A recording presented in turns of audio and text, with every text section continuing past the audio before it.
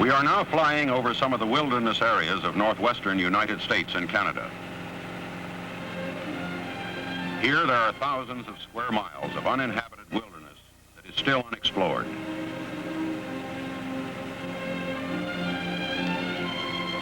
It is in these vast, unexplored wilderness areas of North America that a 9-foot-tall, human-like creature is reported to live. This is the home of the Bigfoot, or Sasquatch, as the Indians call him.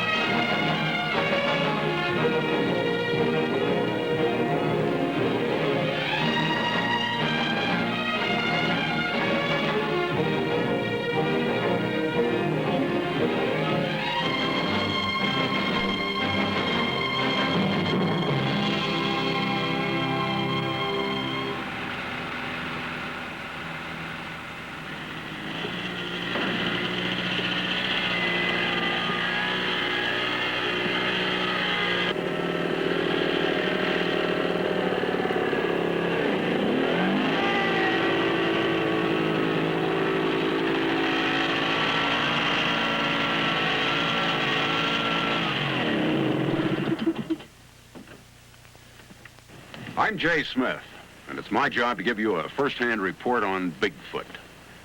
I've been here in this camp for several days. We're told it's Bigfoot country. From this camp, a vast wilderness area is now being searched for the Bigfoot. This is Ron Olson. Ron's from Springfield, Oregon, and he heads up expeditions looking for the Bigfoot. Ron, tell me, just what is a Bigfoot? Excuse me a minute. Craig, hold that thing up a minute. Bigfoot, or Sasquatch as he's called in Canada, is a giant, hair-covered, human-like creature that's been reported more and more throughout the mountains of the northwestern United States and Canada. How big do they run? Many sightings have revealed this creature to be between 7 to 9 feet tall and 600 to 900 pounds. Well, now, let's hear the words of some people who have had some first-hand experiences with Bigfoot.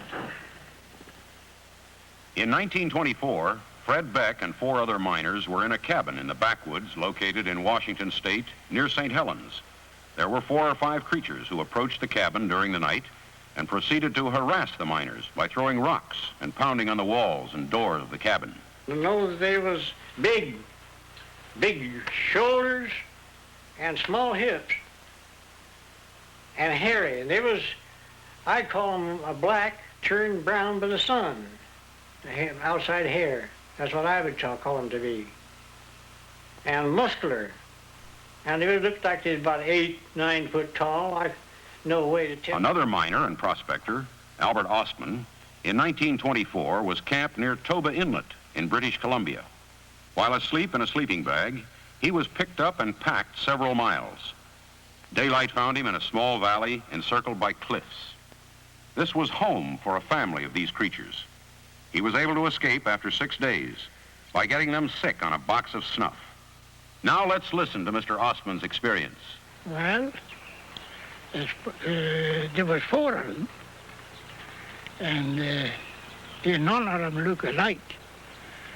There was what I call the old man, because I had no scale or any rules for measurement, but he was at least 8 feet tall, and must have at least 800 pounds.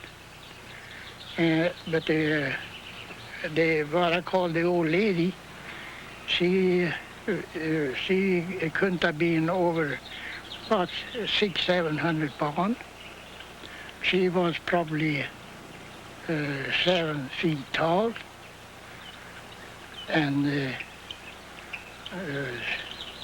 they were all covered with hair. By 1956, there had been several such reported sightings, which had been reported in small local newspapers. Mr. John Green, publisher of a newspaper at Harrison Hot Springs, British Columbia, began investigating some of these sightings. Here is John Green to report on a sighting he investigated in 1957. When I first came here in about 1957, it was still pretty well open. But all this has grown up since then. Now, what happened at that time was that Mrs. George Chapman, who lived in a house down by the river behind me here, she was in the house and the children were outside. One of them came in and told her that there was a cow coming out of the woods. So she looked out and she saw this man-like thing, but about 8 feet tall and completely covered with hair like a bear. And she knew it to be a Sasquatch.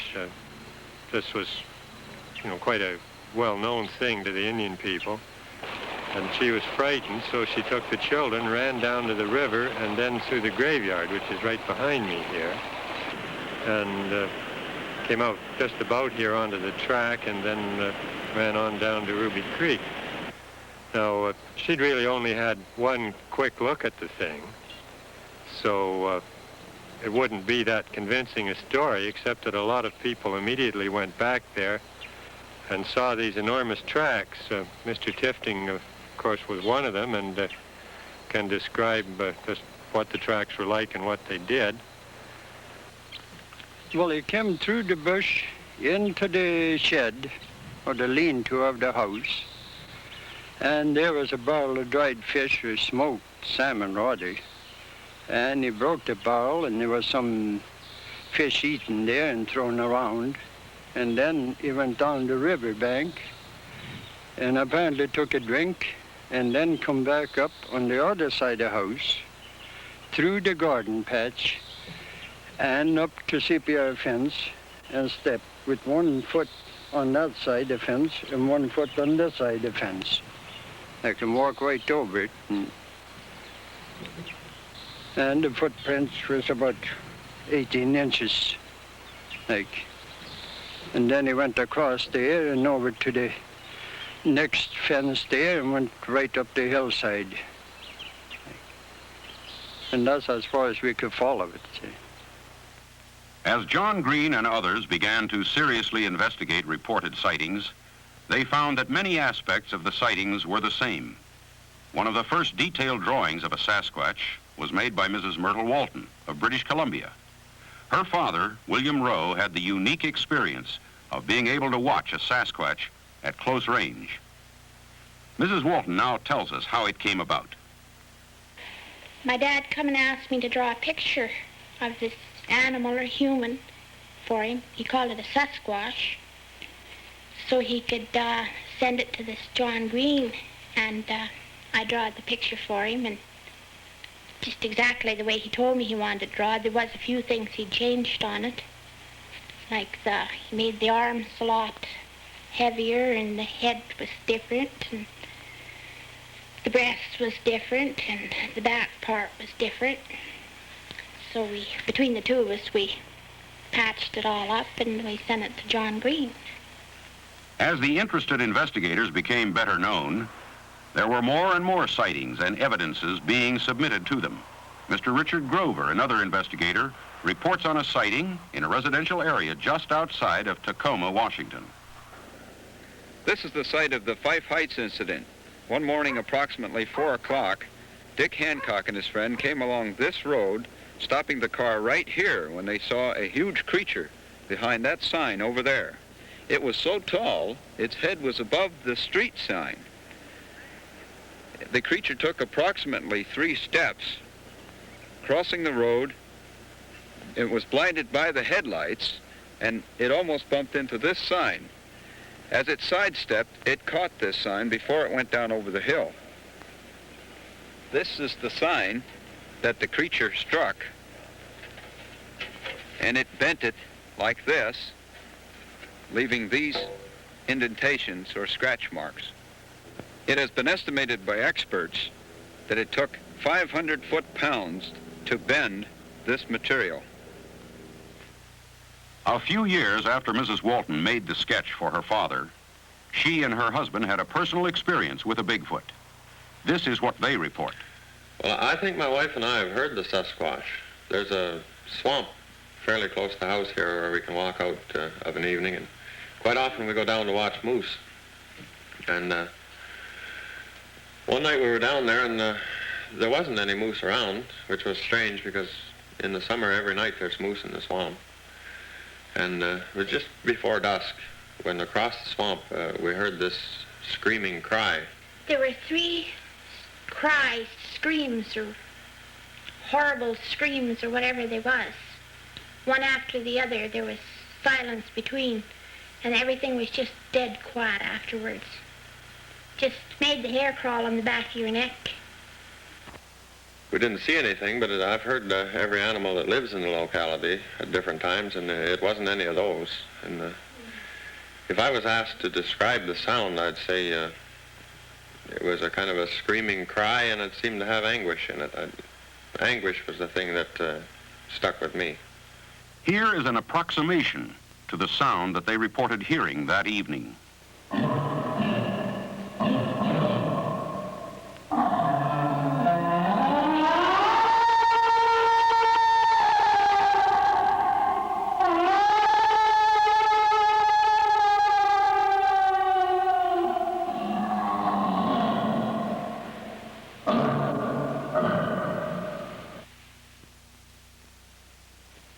Some of the investigators began to call on the scientific community for facts which might put the puzzle together and prove or disprove the reports. Here is Dr. Charles Guiguet, curator of mammals at the Provincial Museum in Victoria, British Columbia, who reflects the dilemma in which he and his companions found themselves. In my opinion, the Sasquatch, the Yeti, the abominable snowman, the Winnebago, the Cadabrosaurus, Loch Ness Monster, Ogopogo, all of these animals belong in the realm of folklore and mythology. And my reason for saying this is simply that there is no concrete proof, evidence, that any of these creatures ever existed on the face of this planet. No one has ever produced a specimen, complete or incomplete, to prove that any of these animals have ever lived. The scientists were asking for physical evidence to support the stories of the reported creature. In 1958, Gerald Crew was building a new road in a wilderness area in Northern California. For several mornings in a row, he noted there were huge, human-like footprints around his bulldozer. He obtained some plaster of Paris and made casts of them. Here now was physical evidence of something that made tracks. Some scientists say they are made by a prankster. Here is another investigator, Rene Dahinden. No scientist ever came out in the bush to look at the footprints which we found. No scientists ever studied these tracks. They're sitting there saying they're faked without ever having seen footprints in the area where we found them. No technical evaluation was ever made. In my opinion, after having seen 3,000 footprints myself of 6 different sizes, I came to the conclusion this tracks to be made by a living foot, a creature with a foot like this, a Sasquatch, rather than a man with artificial feet. The task of the investigator has not been an easy one. On one hand, he is greeted by individuals who just saw Bigfoot and believes it. On the other, he is met with cries of derision and fakery. There is beginning to be a new line of thinking from the scientific community on this subject. Here is Dr. Grover Krantz, physical anthropologist at Washington State University, which explains his view. As a physical anthropologist, I've decided that these creatures do, in all likelihood, exist. The evidence of the footprints is what I find the most convincing. This is an example of one footprint. This is a plaster cast, which shows a crippled individual. The foot was twisted, and 2 bulges appear, calloused structures on the outside edge of the foot, and correspond to gaps in the bones which I've reconstructed here. If this was faked, the person doing it had to be an absolute expert in human anatomy. Perhaps the most startling and far-reaching event in the recent history of Bigfoot hunting happened to a long-time investigator by the name of Roger Patterson. In October of 1967, he and a friend were in the Bluff Creek area of Northern California to investigate a reported sighting of 2 creatures. Suddenly his horse shied as a large creature stood erect from behind a log where it had been drinking from the creek. Patterson grabbed a 16mm camera from the saddlebag and jumped from the back of the rearing horse, to take the following pictures. Let's hear in Patterson's words exactly what happened that day. As I walked across the sandbar, I was able to get some fairly good footage of it. It turned a couple of times and looked at us, and as it turned, it seemed to give me the impression that it didn't want anything to do with us. It didn't run, it didn't act scared, but yet it acted leery of us. Patterson thought that he had proved once and for all that the creatures existed, but he found that even the film was in question. As a result, the footage was submitted to experts in various fields. Among them was Lawrence Crowley. Active in the motion picture industry since 1939 as an impersonator of animals of the ape family, Mr. Prohaska was convinced that Roger Patterson had filmed a living, wild creature. The movement is the only thing what throwed me a little bad, because he moved a little bit more like a man than an animal. Because you could see all the muscles on the body and the whole movement. It didn't move like a costume at all. And the size of it was enormous big size, so I don't know if they find a big man like that. Mr. Prohaska, you mentioned that the creature did not move, as if it were a costume. Do you think it would be possible to create such a costume? That would be a difficult... I don't think so. Because that costume, if it would be a costume, that would have taken such a long time to put the hair. You should put the hair by glue on. That would take about 10 hours, the whole makeup job. And it looked to me very, very real. I'm doing this since 1939, and if that was a costume, that was the best I have ever seen. Ron Olson of the North American Wildlife Research Association has studied the Patterson footage as much as anyone. Ron, what did you see in this footage? Well, this footage proved to me that these creatures are real and that they do exist. Now, how tall would you estimate that one to be? This creature was estimated by scientific methods to be about 7.5 to 8 feet tall. He was taking a stride of about 47 inches to 65. After he became spooked or more scared, he stretched to 65. Now, how does the length of that stride compare to, well, let's say the average stride of a man? Well, the average stride of a man is about, maximum stride of a man would be about 3 feet. Now, that arm appears to be proportionately longer than, say, a human arm. Have there been any estimates worked out on that? Yes, there has. The arm is, and always has been in all sightings, in all cases, definitely longer than a human's. Here the creature shows large pendulous breasts. The indication here, of course, is that it is a female creature. Do you expect to capture one of these? Well, this is, of course, I suppose you'd call the finale of our whole program is to make a capture. We want to make a live capture, and with this, we are using tranquilizing equipment. We hope to bring one of these things in with a live capture, live and unharmed, to prove once and for all that this does exist. And since it does exist, maybe then there can be laws and things passed to protect these creatures so that they'll never become extinct. In the past 2 years, there has been a new undertaking by all concerned investigators to consolidate all of their data. All new sightings are investigated and reported on a lengthy questionnaire. Then this information is programmed into a computer.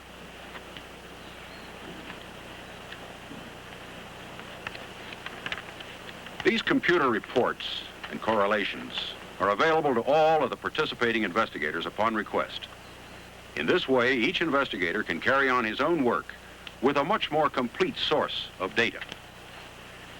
Along with the computer reports, the most modern equipment is now being used, as it is here in this camp. Procedures have been worked out to cover every aspect of a capture. In the past, many sightings went unreported for fear of ridicule. Law enforcement officers got most of these reported sightings, and most of the people that did the reporting were considered some kind of a nut. Now a central reporting system has been developed, and all sightings can now be reported to our Portland headquarters by simply dialing Bigfoot, Portland, Oregon. Other information can be obtained by writing Bigfoot, Portland, Oregon. It was inevitable that sooner or later these sightings and observations would result in something specific. That someday someone would come forth to try to prove or disprove once and for all the validity of these stories. One Bob Morgan decided to take on the task. It's late spring when Bob Morgan arrives at Cougar, Washington to renew his search for Sasquatch. After 5 years' research, he feels this is a prime area for contacting the creature. Others will be coming from all corners of the United States to aid in the search. Don Blake, biologist. Lamont Hardy, botanist. Anne Swain, sociology researcher. Michael Polesnik, expert tracker. Elizabeth Moorman, naturalist. Anthropologist Peter Lipsio. Ted Ernst, Sasquatch researcher. John Crowder, biologist. Len Aiken, woodsman and Indian historian. Mary Jo Flory, microbiologist. For the next 3.5 months, this diversified group of scientists and researchers will live and work in the woods, gathering evidence, looking for tracks, and trying to establish contact with a creature who some call the American abominable snowman. They'll scout alone at times, or work in small groups from field tents located at strategic positions in the wilderness. Keeping it all together is Robert Morgan, who will split his time between base camp and the field positions. I hope you understand, I didn't come out here to win friends and influence people. I may be wrong in what I do, but it's all for one purpose, and that is to get the job done. By his own definition, Morgan's a tough, hard-driving man who can't rest until he's gotten the job done. An early riser, you'll often see him working late into the night. He's tough because he has to be. It's the key to survival in this mountain wilderness. What gives Morgan his drive? Why is he so persistent in his search for something which others say doesn't exist? What keeps him going in the face of unrelenting ridicule and unfavorable odds? There can be no other explanation than his own personal encounter with Bigfoot 20 years ago. It was in these woods that Morgan found himself face to face with a giant.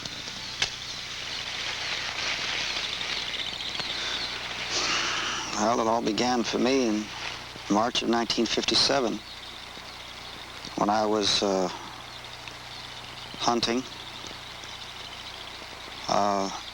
in Mason County, Washington. I saw a creature there, came face to face with it. The most man-like looking gorilla I'd ever seen. This is how I described it because I didn't know. I'd never heard of Bigfoot, never heard of Sasquatch, the Omaha, or the Yeti. I had never heard of any of that. And all of a sudden, I came face to face with this creature, about 40 yards away, I guess he was. And he had the most knowing look on his face. His eyes. I remember the eyes, I think, more than anything else. And then I discovered, much to my surprise and shock and dismay, when I tried to report it, it was treated as though it was a hoax, as if it were a joke. This creature does exist. It's here. It's all around us. We can learn from it. And yet modern science has turned its back on it. They don't want to know about it. Now, that makes me madder than hell. We are told that giants live only in storybooks and dreams. If this is the case, then a lot of people have had the same dream about Sasquatch.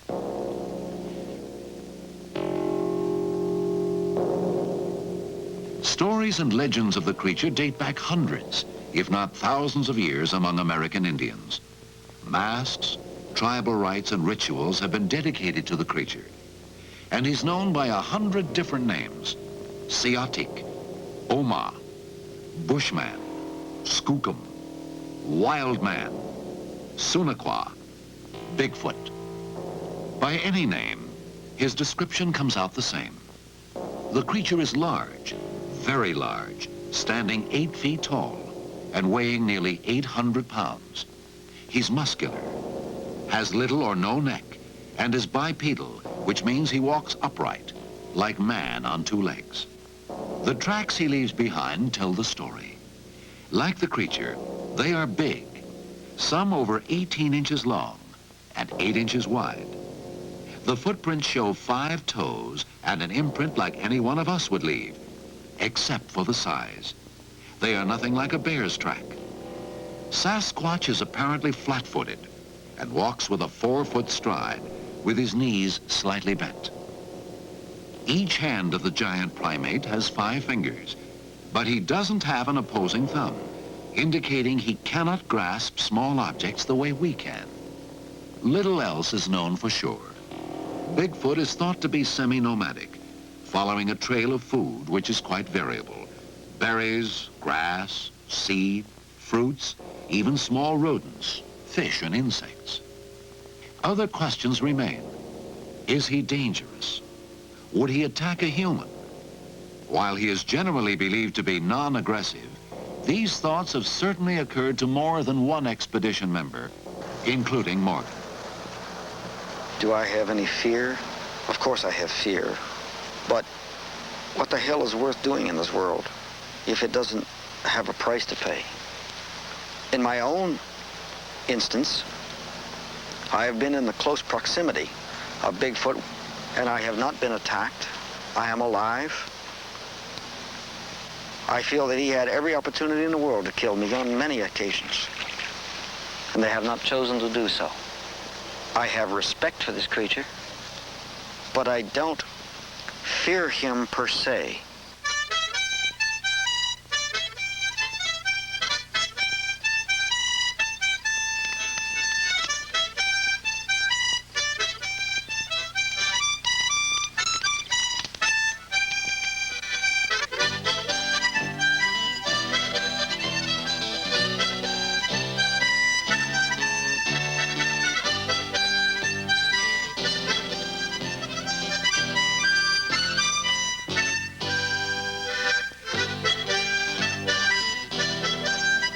The Cascade Mountain ranges of the Pacific Northwest are beautiful and awesome. If giants like Sasquatch do exist, this area would make ideal living quarters. There's enough wilderness left between Northern California and British Columbia to harbor a sizable population of the creatures. In Washington alone, there are millions of unexplored, uncharted acres. It's big country, where distance is measured in time rather than miles, and where even man must fight for survival. The territory is made up of dense forest, tangled brush, and rough terrain. And a few steps off the trail, anyone, including a large creature, is swallowed by the forest.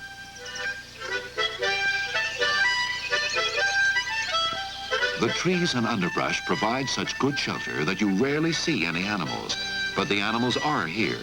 You can feel their presence. You can follow their tracks if you're skilled. And there, among the tracks of elk, wolves, and wildcat, are the gigantic human-like footprints of Sasquatch, and they cannot be denied. Tracks that give monster stories credibility.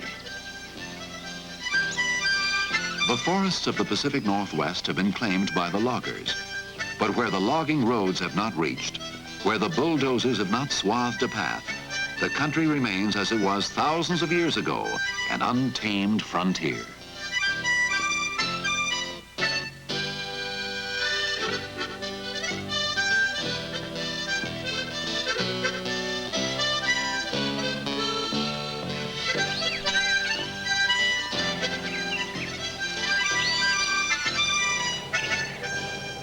One such area is of particular interest to Morgan.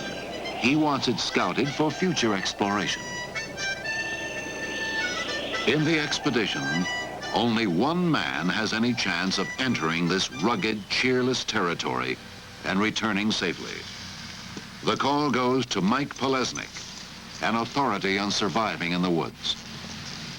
He will go alone.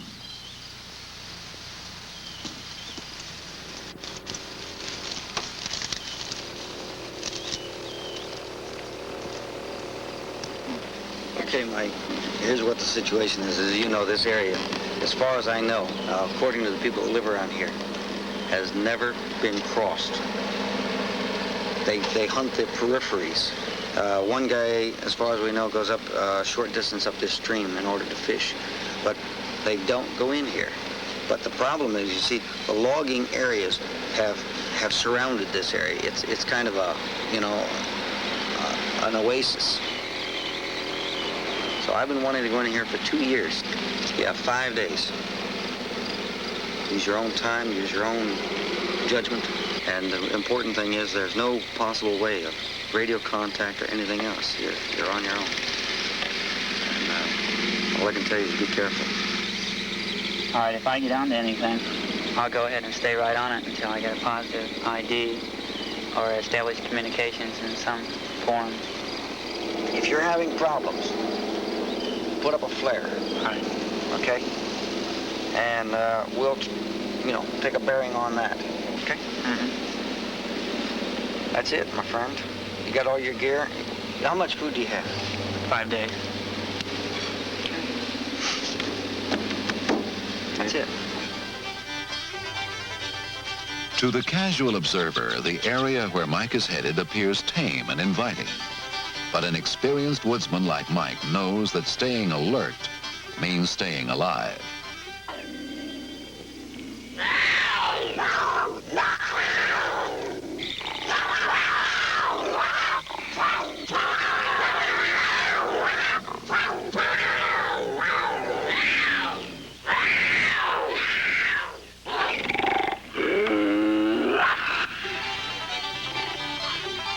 There's so much to be done in such little time.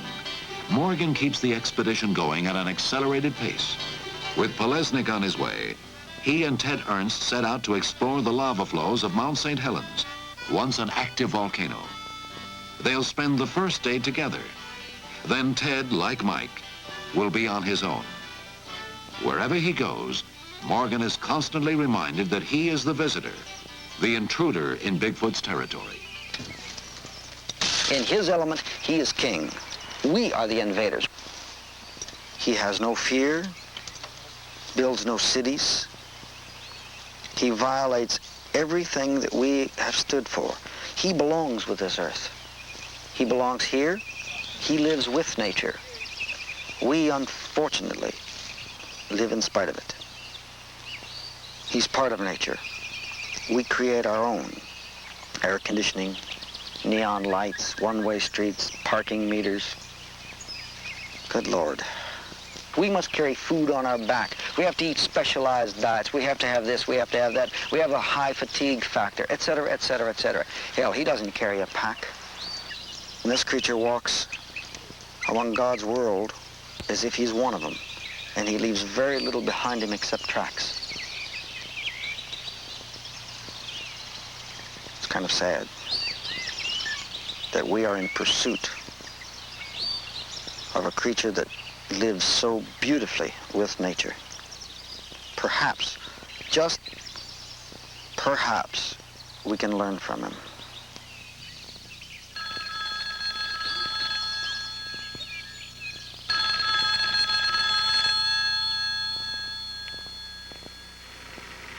Morgan receives a phone call from a logger named Skip Wood. Good Lord, a 6 foot. Now, that was a 6 foot stride, huh? While clear-cutting acreage in Washougal County, Wood and several others were visited by a large, hairy animal. You haven't lost any loggers. The creature, today, matching Bigfoot's description, no choker watched the lumbermen from a rock clearing above their camp. And they watched it for 4 hours. This is very intriguing because this is the second report now we've had within 2 months of cataloging and having the creatures come near, loggers during the day, which is extremely unusual. And I'll be en route within the hour. Thank you so very much. We'll get underway, and I appreciate very much your call. Have a nice day. Bye. Hot report, day before yesterday. Reports similar to Skip Wood's have been on the increase in recent years as civilization creeps deeper into the forest. They're not just limited to the Pacific Northwest. The skunk ape of Florida, the bush monster of Idaho, the Sunaquah of Canada, the Yeti of the Himalayas, all bear a striking resemblance to Bigfoot.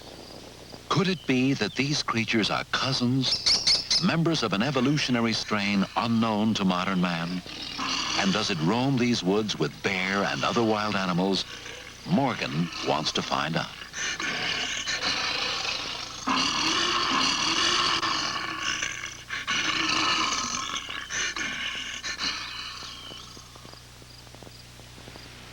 It's half a day's drive from Cougar to Washougal County over rough terrain and washed-out roads. When the expedition group arrives, Wood is eager to tell them about the unwelcome visitor. Now, this happened last Friday. Yeah, Friday. What happened? Again? Well, just happened to see one climbing up the hillside there. And it was going all the way up that bluff? Yeah, it started out there in that little hole I showed you there, and went hand over hand or hand over foot, however you describe him climbing. Stayed up to the top and stood up there and watched it. And your whole crew was down here, wasn't it? Mm-hmm. There was... there was Chuck Owens. Skip told me, our boss told me that, or said that there was something climbing up on the mountain up there, and so I turned around and looked. And Lil Casey and Bob Irwin. I just saw a steady thing standing there. It looked like maybe a tree waving in the wind a little bit. All I could see was a big black glob. Dark, that's all I could tell you. Did you see the outline distinct so that it was definitely walking on two hind legs? Oh, yeah. Yeah, you could see it. It was standing out there. I mean, it was too big for a bear, and bears don't walk on hind legs unless they're fighting anyway.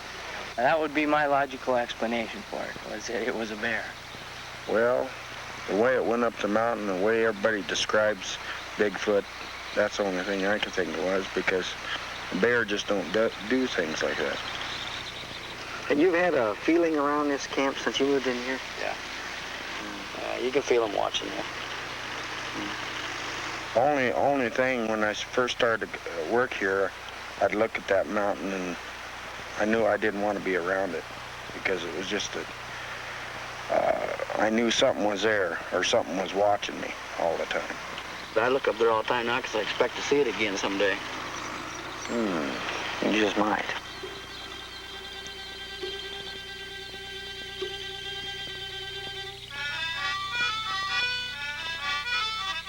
The loggers want nothing further to do with this or any other Sasquatch. So Morgan and Elizabeth Moorman set out alone for the rock face where the creature was seen.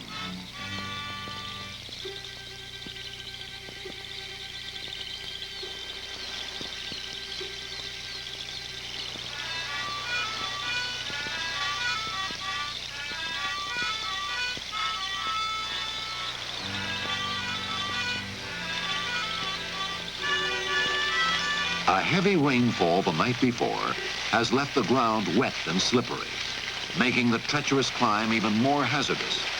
They must make their own trail as they go.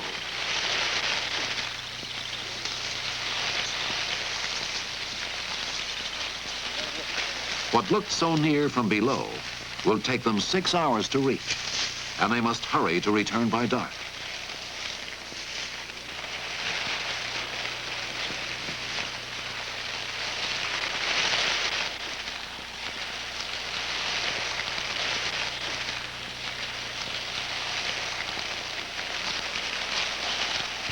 Reaching the summit, the pair finds little more than a spectacular view.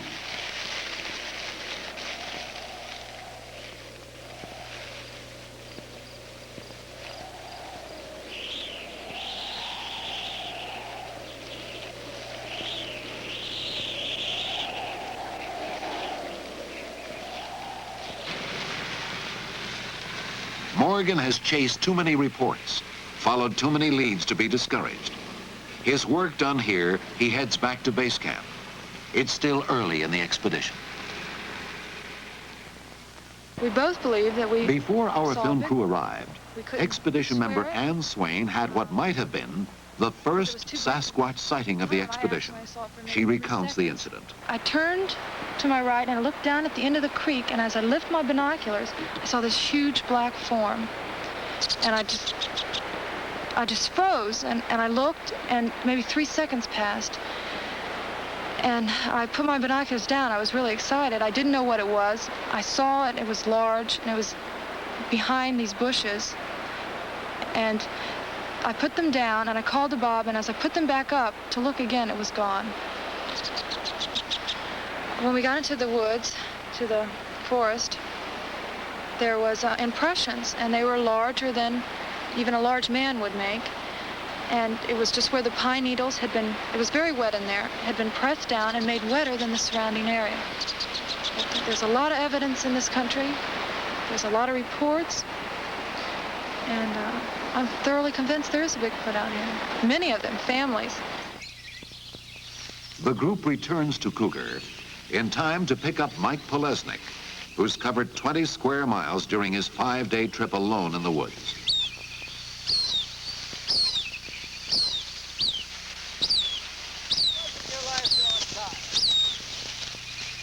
I got something for you.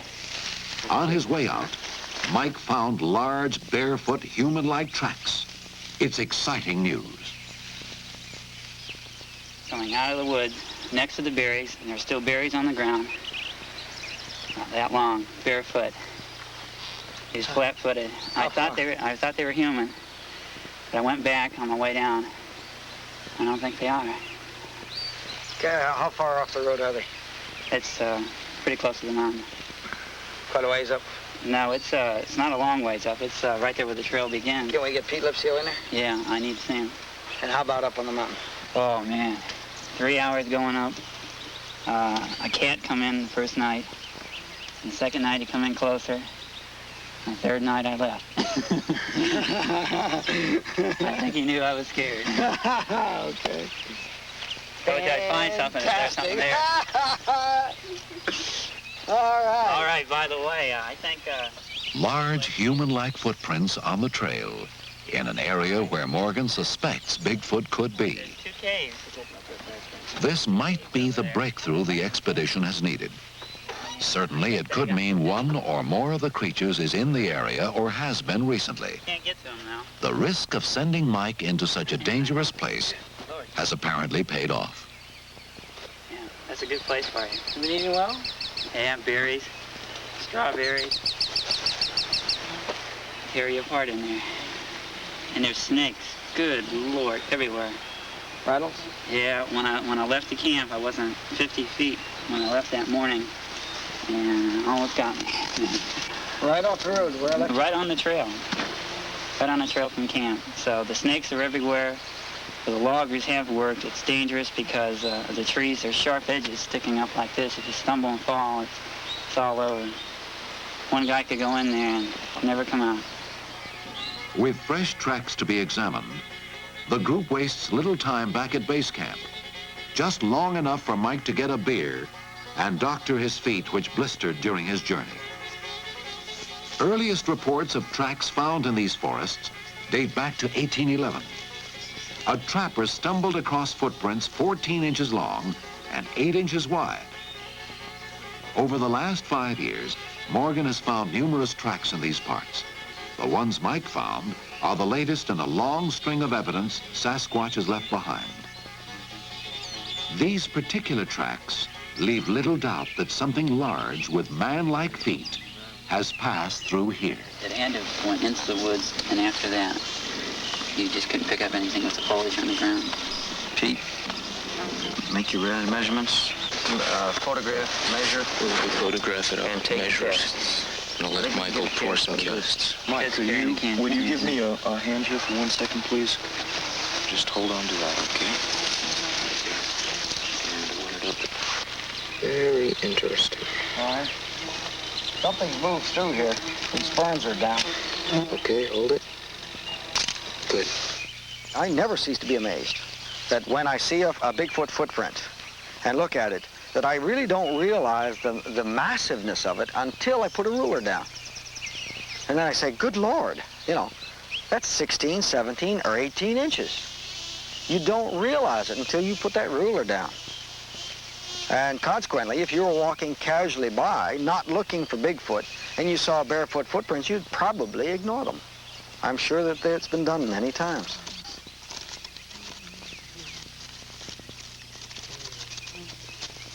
As a plaster record of 2 of the tracks is made, the mood of the group changes. It goes from elation over finding the prints to anxiety. Expedition members become tense, on edge. There is the sense of danger. Others who have been in the vicinity of Sasquatch have reported similar eerie feelings. The hope is that whatever made these footprints is still in the area and might return. I'll become part of the cast. If you take a walk back through this area, you're going to find a couple of things rather interesting. Number 1, all the berries are gone. Number 2, there is fresh and old breaks in these ferns leading all the way back up into this area. I didn't find the end of it. I just found them.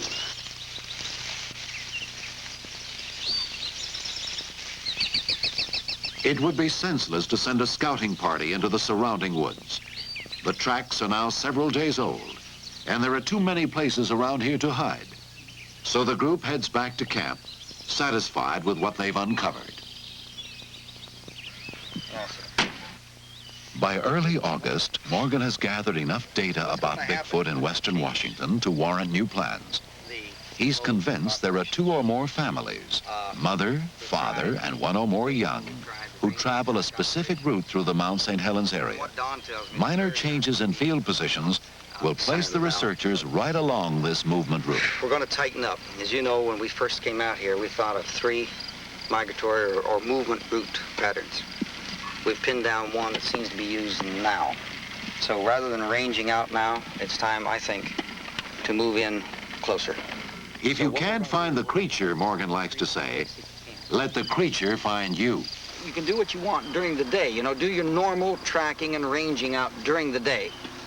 But in the evenings, in the early morning hours, set your alarms, and from pre-dawn till perhaps 2 or 3 hours after dawn, I think we should be especially aware. So I'll show you the way we're going to do this. Don, you and Lehman are going to take...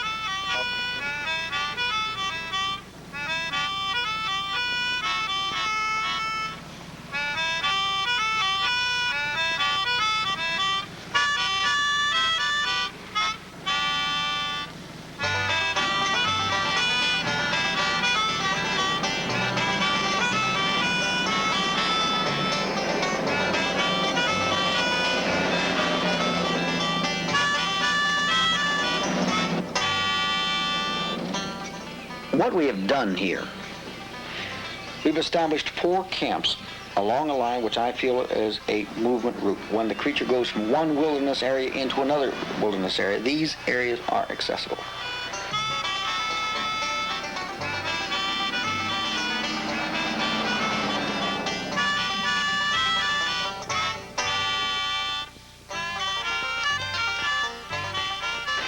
I cannot go into the total wilderness areas because we are not logistically equipped to do so. Here I'm trying to get him a little bit on my ground.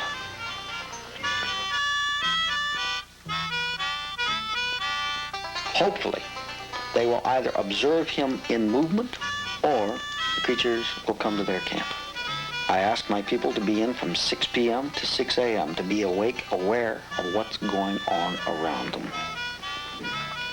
Now, I do not permit firearms in the field. I don't feel it's necessary. I feel that if a creature like this wants you, your firearms are nothing more than an iron teddy bear, because he's going to get you. So certainly there can be a time when this creature could be dangerous. But if you don't want to get wet, stay the hell out of the water. If you're not willing to take that chance, don't come along with me. It's as simple as that. And every one of my people, they know this, they understand it, and they accept it.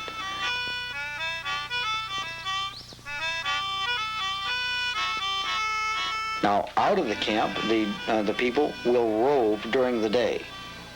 And they go within certain areas that I've assigned.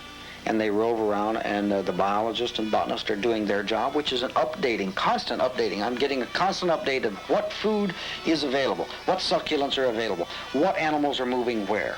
The biologist, the tracker, is telling me what animals are feeding on. I'm constantly aware of what is happening out there. What is the weather like? What animals have been eating by their defecations, the browsing, whether or not the animals are in abundance, are they sitting still, are they moving? Where do they water? I'm constantly aware of everything that's going on out here.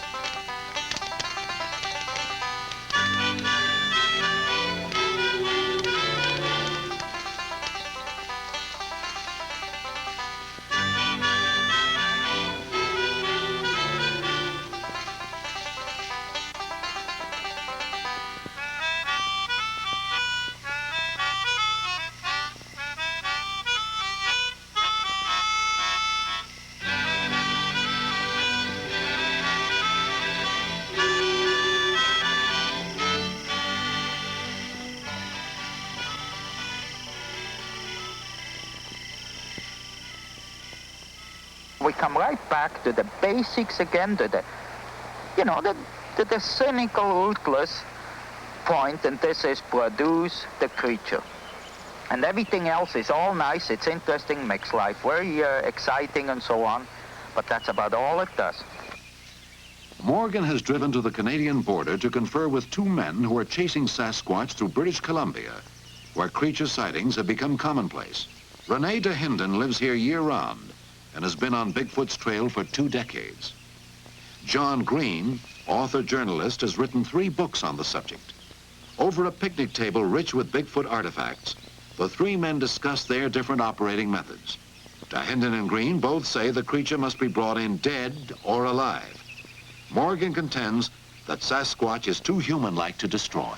I don't think there's any argument that the fastest way to bring this to legislation for the betterment of the species, the fastest way would be killing one. The only way. Possibly.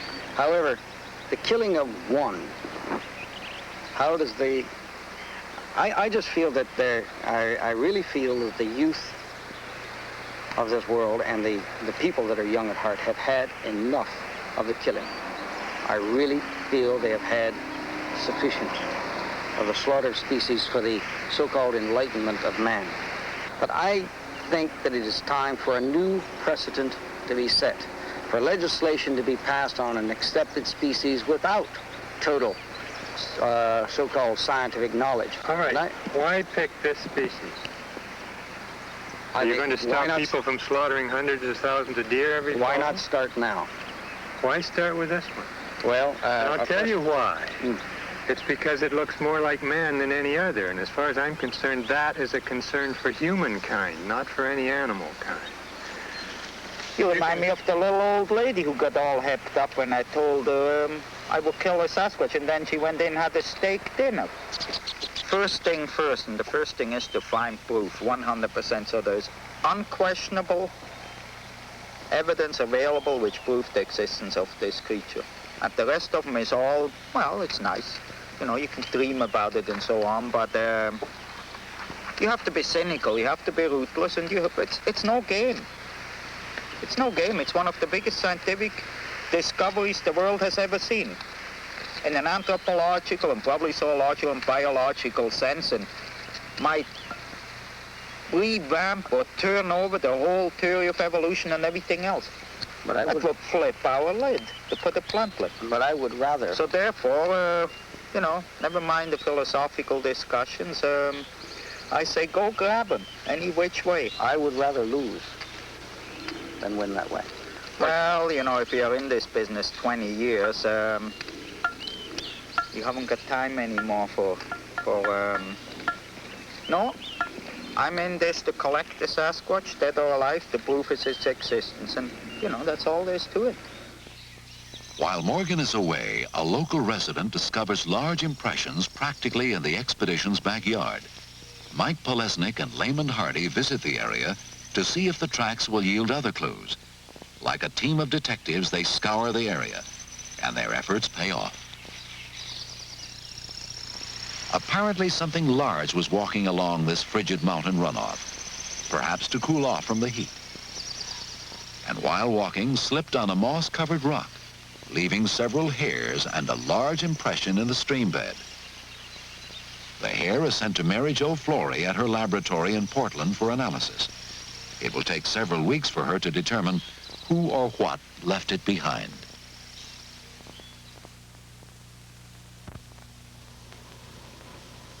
Like sand in a giant hourglass, the melting snows of Mount St. Helens are a constant reminder that summer is slipping away.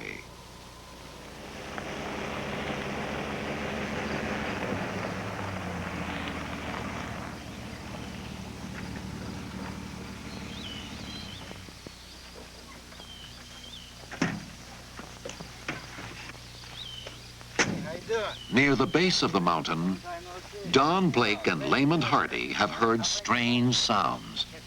Loud, piercing screams, which they cannot place. Morgan has sent Len Aiken to investigate. They didn't sound like birds, and I couldn't imagine it being a cougar, because it didn't make a noise like the cougars we hear it back home. And of course, I don't know all the noises that elks and deer make. It's I know that it's too early in the year for elk. Elk will start, you know, in rutting season starts about mid-September, October. So it's early for that. What did it resemble? Anything or? It was not a human type scream. It's the type that I've heard chimps make. It's sort of a chimp type scream. And completely. I'll go along with that. It did sound like the kind of noise that you hear a chimpanzee make when, say, you're taking something away from him, you know, not an alarm, just more of a... Frustration type. Yep. But it was quite a little distance off. It was probably as much as a quarter of a mile in September. While scouting nearby terrain, Aiken and Blake discover a lava tube cave, one which no human has ever entered.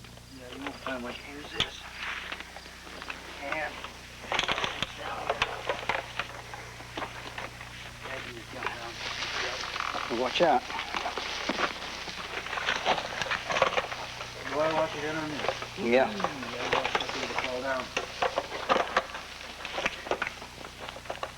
Getting around the mountains has presented no problem for Blake, who has used crutches most of his adult life. The cave is just another challenge. Boy, how the net opens up. Yeah. Now then, we're losing altitude fast. We're dropping, let's see, 5 feet for every 8, aren't we? Dozens of the caves formed when molten lava gushed through the valleys from a violent Mount St. Helens. The underground tunnels are the longest of their kind in the world and could provide winter shelter or even burial grounds for Sasquatch. Well, places the cave is 6 feet high, but at 5 feet 6, I have to be careful that I don't break my head somewhere. Here's what.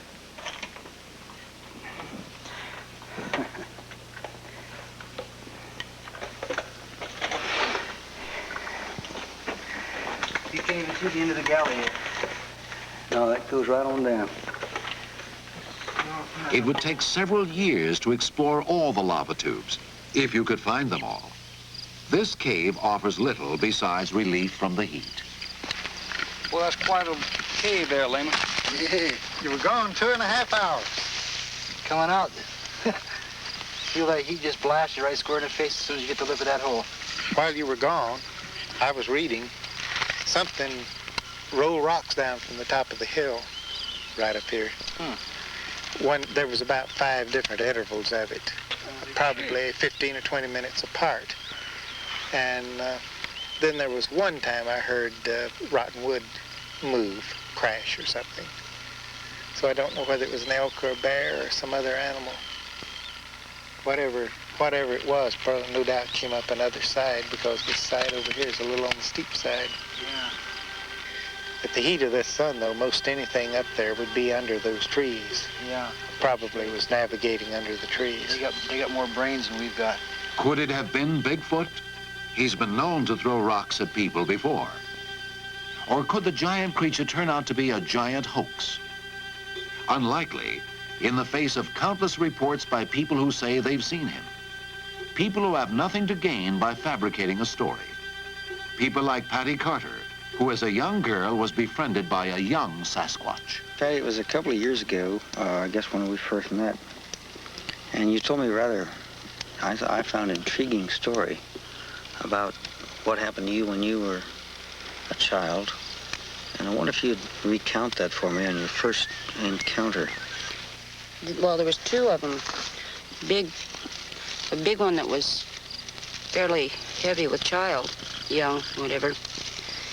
And a young one stood there and looked at me for a while, and then they come down to the creek, got a drink, and then they left. Anyway, they come back about every week. And got so I'd take them down some venison sausage Daddy made. And they'd eat it, and they'd throw sticks and rocks and stuff, play catch with it. With who? With you? The young one, yeah. We wouldn't throw at you, would he? No, just to me. Very gentle. Underhand type motion. Very, very gentle. Did you ever throw it back to him? Uh-huh. And then what would he do? Pick it up and throw it back to me again. And how long would this go on? A couple hours, like playing catch with it. The female, it had its baby not too terribly far from me. It's like, about 25, 30 yards, I imagine. Was that in a cave, or was it No, out it was building? it was by the creek, by the stump, behind the stump. Behind a stump. Did the creature make any sound? Well, no more so than anything else would, giving birth to a young one. It hurts. And then what did the creature do? Well, it wouldn't let me near it at all, near the little one. Mm-hmm. And she cleaned it off and picked it up with this way, held it next to her, real close to her. Do you think that these creatures are animals? No, they are not. They're human. I took and looked at these tracks down here good, and they was about 6 inches wide and about 18 inches and a half long. Sounds crazy, don't it? But it's true. What do you think, Annie? What do you think it was? I don't have no idea what it was. But you know something was there? Yeah, I had never heard of Bigfoot at the time. I'm scared to death. Yeah, but we got one hell of an introduction here one night. Let me tell you, we did. The creature is real, very real to folks like Don Autry and his wife Annie, who live down the road from Expedition Headquarters. Bed was right through that door right over there then. And I was laying there and I heard something groan. I raised up on my elbow and I listened to that just for a minute. And I think, well, what in the hell's going on here? And I hollered, Aunt. Every time I hollered at Aunt, she was standing there in the door and she said, are you a groaning? I said, no, hell, I ain't a groaning. And she said, well, there's something is. And I got up. You wouldn't have to hit me on this a little bit, for I don't remember exactly all of it, how it happened. For I was scared that I got to death. That's all he was doing. And anyhow, I come out of the bedroom and come in here and I listened to that for it just a minute. And I got an old single shot 22 that I had, just single shots, you know. So I loaded it. Then I went to the bathroom. And when I was in there in the bathroom, remember what that was, come from out of the woods back from about southwest, coming this way here. And damn, it sounded like he weighed 500, 600 pounds, even more, just really putting his feet down heavy, you know. And was it moaning at that time? Yeah, moaning all the time. Never quit moaning. And anyhow, he come right up to the bathroom wall there, and I stood up in the bathroom floor, and that bathroom at that time was 4 foot off the ground. And that sound, he was this close to the house, and that sound was coming right straight through the wall, right into just like a kiss, you know. And then he thrashed all around out here, and I come back in here, and we sat around. What else could you do but sit there and listen to the thing? And I did. I started to go outside. And I got right along in here. There was another deal out here that I tore off since then. And she grabbed me by the arm. She said, "You don't know what you're going out on." And there ain't no damn way you got me outside then. Did you have any feeling? Did I have any feeling of fear? How tight did I squeeze you, huh? It wasn't me, it was the gun that was squeezing. Yeah, I was scared. You betcha. Definitely. I was scared. I logged this country. I've been logging it for 11 years, and I'd never seen nothing. I'd never seen a footprint until I just walked right upon it right here at the house. And it wasn't a prank. It wasn't a prank. That wasn't a prank. For a man, it had to have been over 8 foot tall to make tracks in that snow like this down here. And I don't know nobody that big. And I was born and raised in the woods. I've killed bear, helped kill elk, deer, everything. And I've never heard nothing like this. Precious seas of limbo. Oh, what joy they bring to me. How I long once more to be with my friends at the old country church. And the reports continue, each similar to the one before, except for place and time. Too many reports from too many people for a hoax to be considered. And the Savior above is my soul.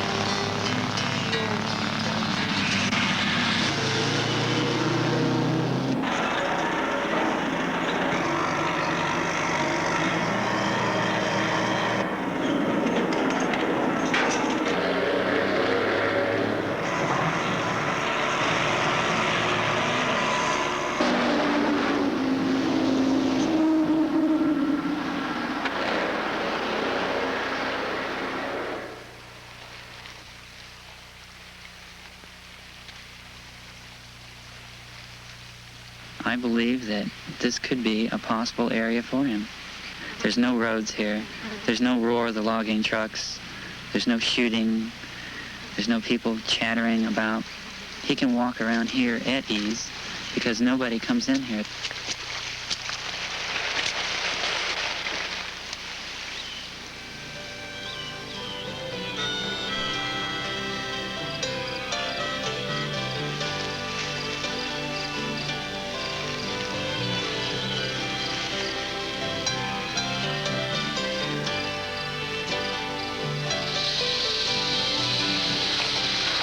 Despite warnings not to go, Morgan and Polesnik returned to the untamed area the tracker explored earlier in the summer.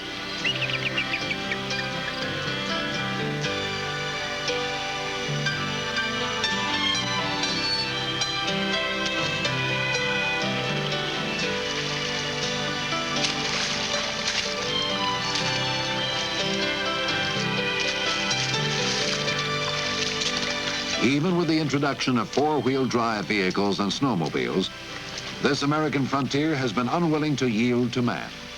The pair has food for 7 days. The snakes are everywhere.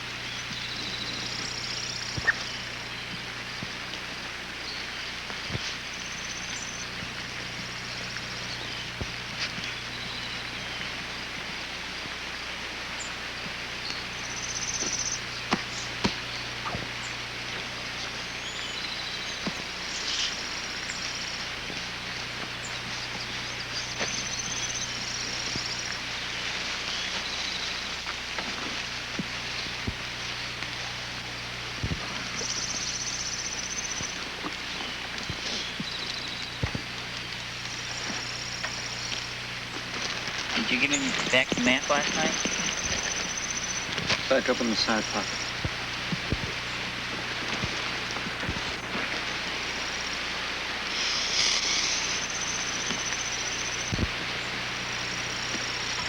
Water's hot.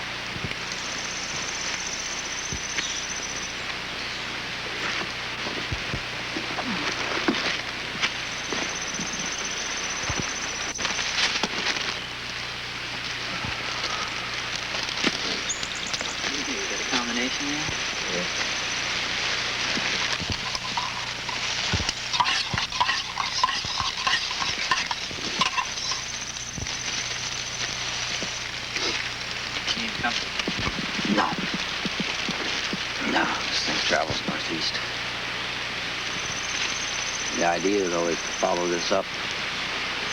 I just hope we don't have to go over that. You see how sheer it was on the far side?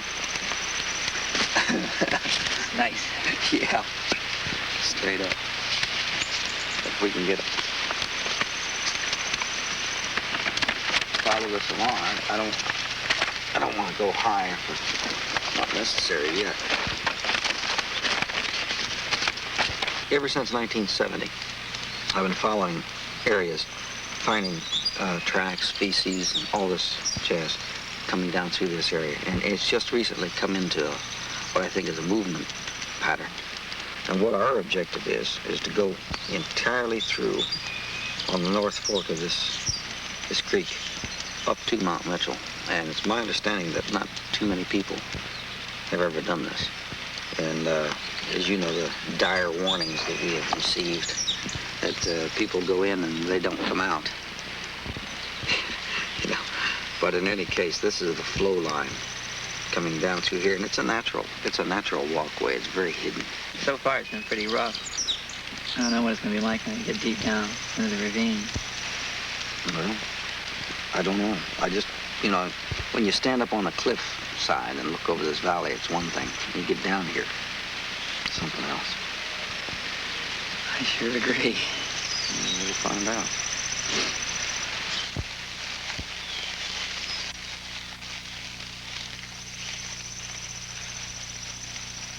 Well, Bob, I sure could have had a better choice of people to go out of this world with.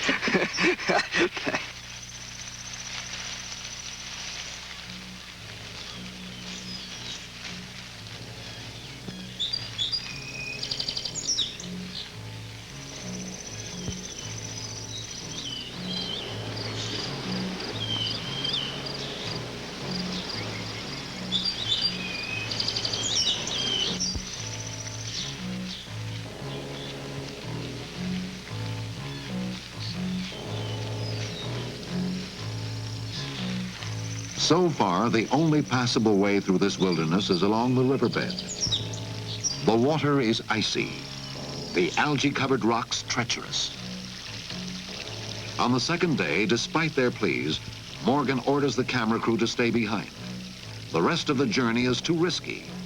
Others who have challenged the river beyond this point have never returned.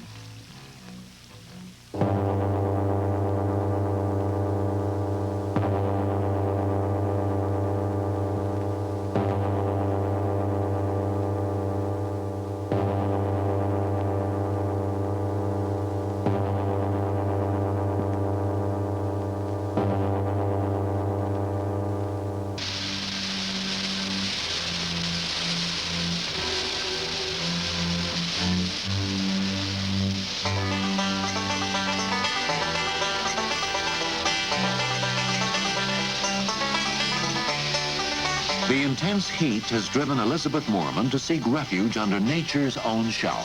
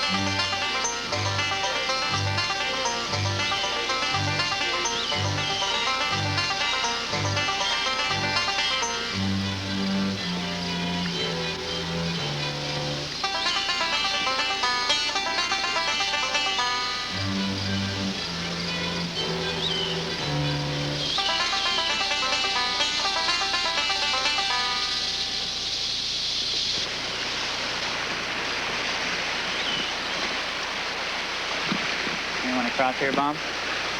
For Morgan and Polesnik, the trip through the river valley has been arduous and frustrating. Okay. A bad fall has left Morgan with several bruised ribs. On more than one occasion, they felt they were being followed. Whether it was a bear, cougar, or some other creature, they could not be certain. The journey has affected them both physically and emotionally. The experience, they say, has been like a tribal initiation into manhood. They have been baptized by the forest, but still no Sasquatch. And I've been warned time and again not to go into this area because a lot of people have gone in and haven't come out. Well, like anything else, you go in and find out why. Find out for yourself, then you know. It's not a matter of someone telling you. And we discovered that coming up along that river, for instance, it was like stepping back in a time machine. I think I've seen what this country must have looked like perhaps thousands upon thousands of years ago. Coming up over the top of that ridge, we found an area where berries are so abundant that we literally ate our way over the mountain. But when we crested that ridge and started down in this area, for the past few miles,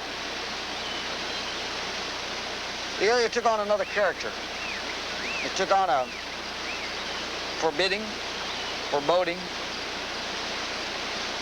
aura. And I just knew damn well we weren't welcome. And literally, every step of the way, Mike and I, you just know, if you make a mistake, there's no way in hell you're going to come out. But you know, it gave us a new awareness, a new respect for wildlife, because the deer and the elk and the bear, they live with it every day. But I am convinced, and I welcome anyone that is a skeptic on it to come along with me. I'm convinced that this area, there's no problem whatsoever for a creature like Bigfoot to live in almost a Garden of Eden without any worries about man. There's very few men ever enter this area.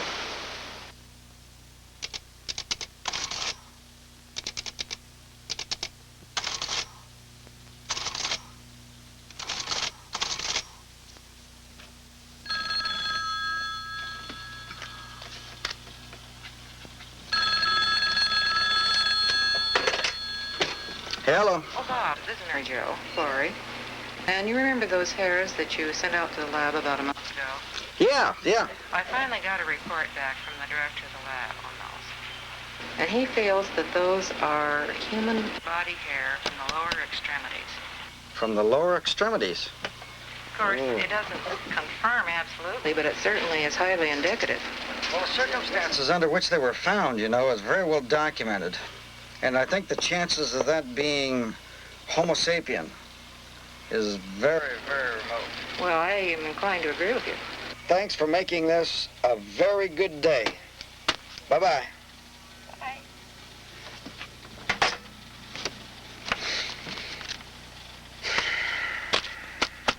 I'll be damned.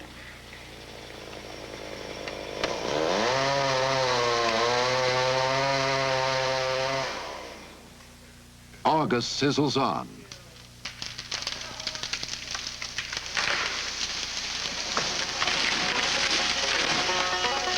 Logging is temporarily halted on orders from the Forestry Service. The extreme fire danger has made logging too risky.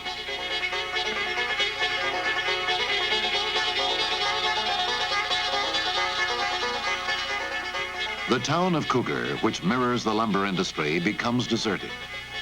Day after day, the temperature touches 100 degrees. Morgan is warned the forests may be closed to everyone, including his researchers. But for now, the expedition is allowed to continue. Still, no rain in sight. What I saw, Bob, was located on the far right side of that mass of trees. It was large enough for me to see with the unaided eye. John Crowder has seen something he can't identify on a ledge near the snow line of Mount St. Helens.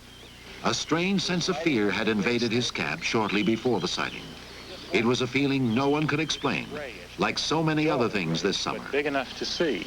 Well, you know of the gray Bigfoot that's been reported in this area, but also I think we should be aware that there are, I believe, mountain goat up in this area. There's only one thing to do, and that's survey the ledge close up. Morgan and the others have made this climb many times before, on another mountain at another place in the forest. Morgan has become weary from the endless climbs and dead-end trails, but any feeling of fatigue he may have is no match for his unrelenting drive to find the Sasquatch. He's so close now, he feels nothing will stop him. All the signs are there, the tracks, screams, reports from loggers and residents. Morgan is convinced he's located a movement route for at least one family of Bigfoot. A movement route that goes straight through Ape Canyon. Named that in the 1920s, when a group of prospectors were attacked by vicious, hairy apes. Ape Canyon is just beyond where John Crowder saw something large and gray.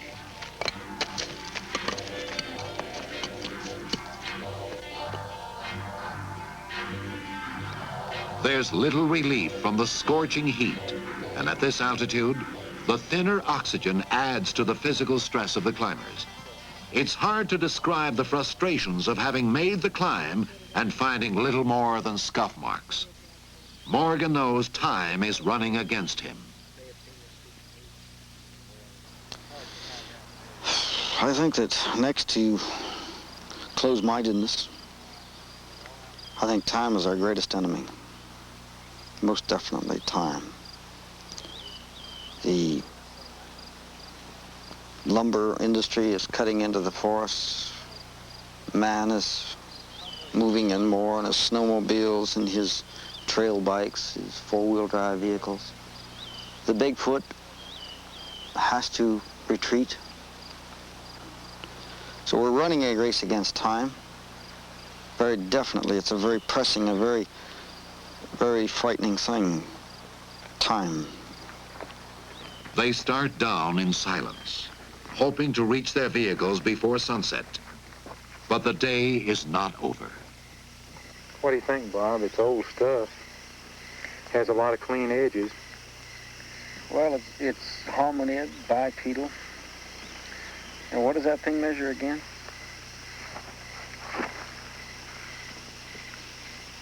Oh, roughly 13 to 14. And there's been a lot of washing here on the width, but it would go at least 6 at the widest point. Well, it's not where a few rocks laid and rolled away. We've seen enough of that up here. Add another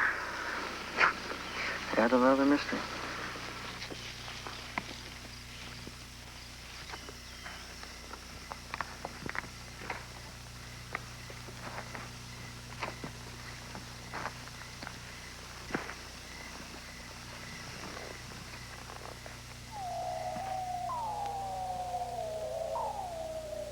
August passes the sun to September, but the forest has had enough.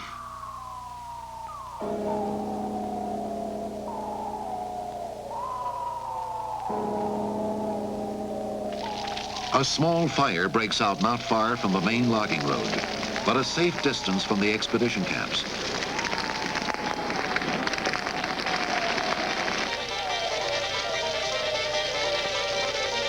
Firefighting teams are on the scene quickly, and the Forestry Service is encouraged by a general stillness of the wind.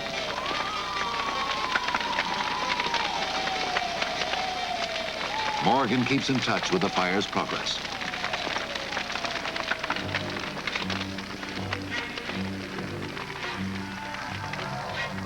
The fire burns into the night.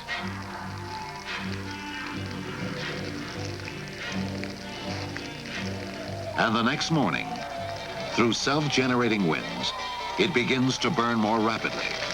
More acres are threatened. The Forestry Service calls for help, and the small band of firefighters turns into a sizable camp. Despite the efforts of 600 people fighting the inferno, The fire goes over the hill and into Ape Canyon.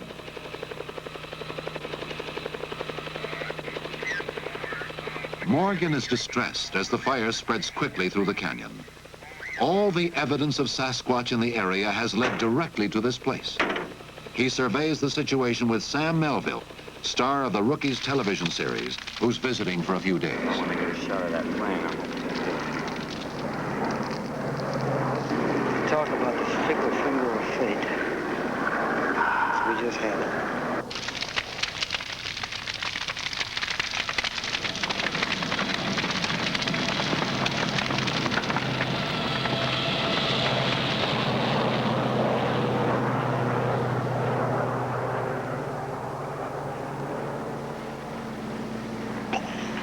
What do you think? Do you think you have to pull any of your people out of their base camps or out of their camps? Yeah, it's possible. I warned the two biologists, you know, they're right over the ridge. They're right over the top, and this will alter Elizabeth going back into the lake.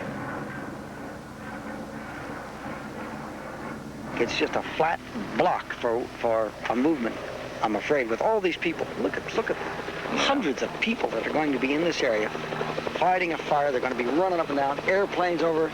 You think a shy creature is going to come within all our waiting and all our planning and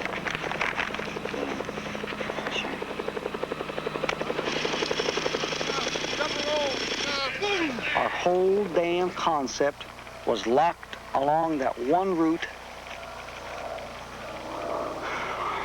and there's not. He may take the western route, may come around here, God only knows. But see, what we've been banking on, you know, the last several years is gathering information along this one route. And now with this cut in the middle right now, I don't know. I just, you know, I don't know how it'll affect the movement patterns. I don't know, but it's a factor that I hadn't counted on, for sure.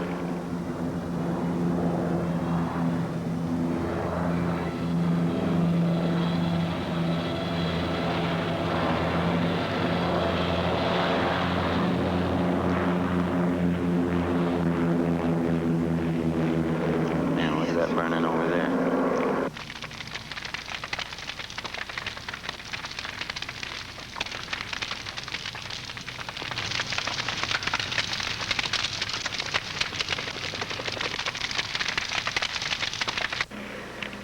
Well, next year.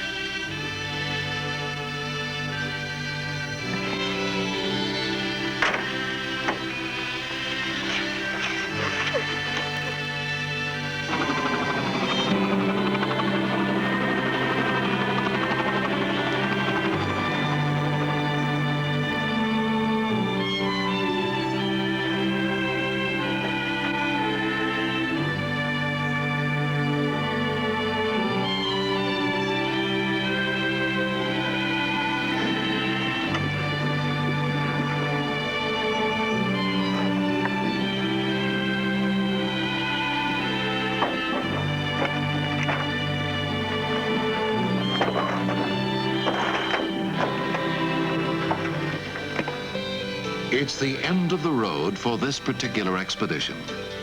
There's little doubt the fire and the hundreds of people fighting it will lead the Bigfoot to an alternate route.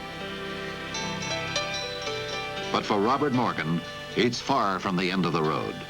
He'll be back next year, and the year after, and the year after that. He'll be back for however long it takes him to satisfy the world that we are merely men among the giants.